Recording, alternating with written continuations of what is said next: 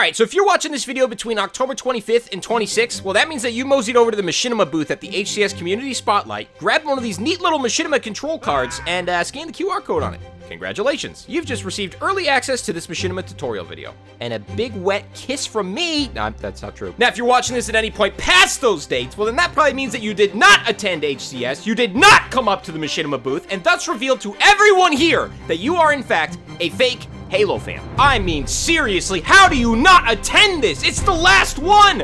Oh, you didn't have any money?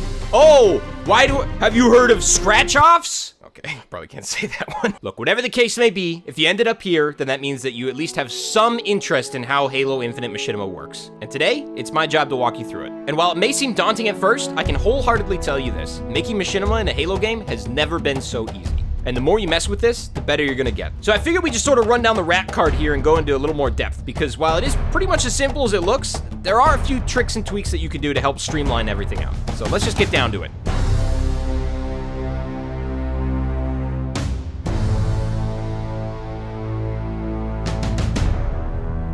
So you've actually got two avenues for using Machinima mode. Forge and custom games, but today we're gonna go into the latter option, which is customs. In order to use Machinima mode, you're gonna have to toggle that setting on in your match settings. And while that may seem super obvious, you'd be surprised by how many people miss that first step. But once you've got this mode on, you're gonna be able to utilize all the extra control functionalities that come with it. Weapon lowering, free camera, etc, yada yada, bing bang boom. Now, earlier I said that you have two avenues for using Machinima mode, and the other option is to actually just use the Forge mode. For whatever reason, all those Machinima mode functionalities are automatically turned on in Forge mode. So if you want to be doing your scenes that way, you definitely can. And a lot of people do. Though there is one pretty headache-inducing quirk that comes with it, but we'll talk about that later. We're going to be jumping all over the place in this video at this rate, so let's just go to step 2.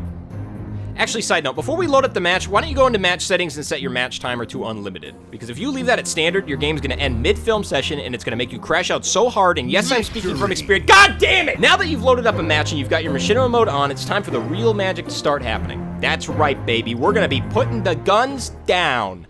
Put the gun down. Please, just put it down and put the gun down. Weapon lowering has been different in almost every single Halo game, and with the exception of Halo 2, where you just had to hold down the grenade button to do it, it's never really been user-friendly. You could just press down on the D-pad to lower your weapon. Oh, there's no way. For example, in Halo 3, you needed to hold the left bumper, and then the right bumper, and then down on the D-pad, and then you needed to click the left stick, and then you needed to jump, and then you needed to hold all those for like 5-second claw. Yeah, I mean, you basically had to play claw every single time. But in Infinite, they made it super easy, super streamlined. All you gotta do, hold the X button, down on the D-pad, 3 seconds.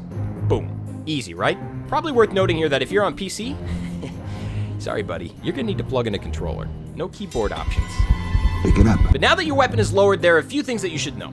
For starters, you can aim down sights as much as you want. When you stop aiming, your weapon's always gonna snap back. The only things that are gonna make your weapon pop back up permanently are if you punch or shoot.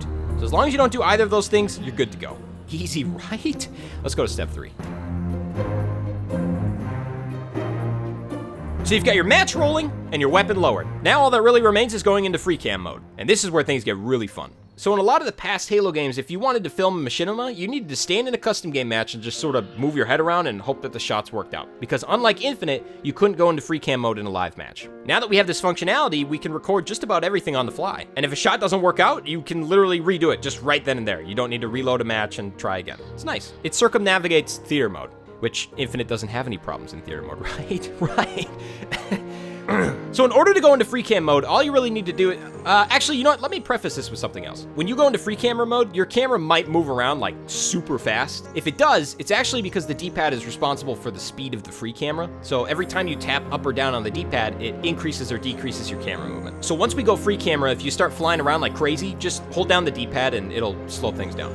Now, in order to leave your body and enter free cam mode, all you gotta do is hold X and up on the D-pad for about 3 seconds. Once you see that camera pop out, you're good to go. And there you go. You were well on your way to starting your very first Machinima. Oh, no.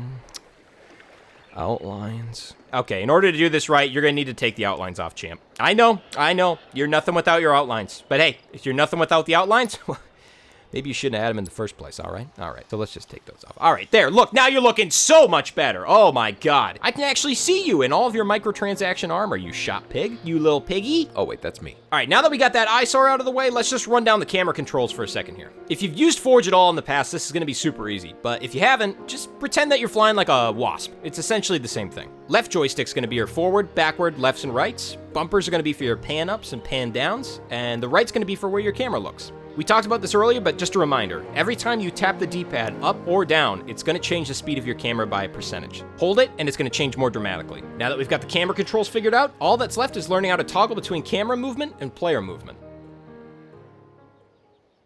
Fourth and final aspect we're gonna be talking about here is changing between player control and camera control. And while it's insanely easy, there is a control setting that you may need to change. So let's run an example. So let's say you've got your shot lined up, you're ready to take control of your Spartan again, do the camera movements. Well, all you gotta do, hit the two boxes button? Two boxes button. Honestly, I don't know what this thing is called. I still call it the back button, but if I look up a graph of what it's actually called, it literally just says 6, 7. So let's just call it the back button, okay? You hit the back button and boom, you now have control of your Spartan. Just one problem here, just one little problem. Yeah.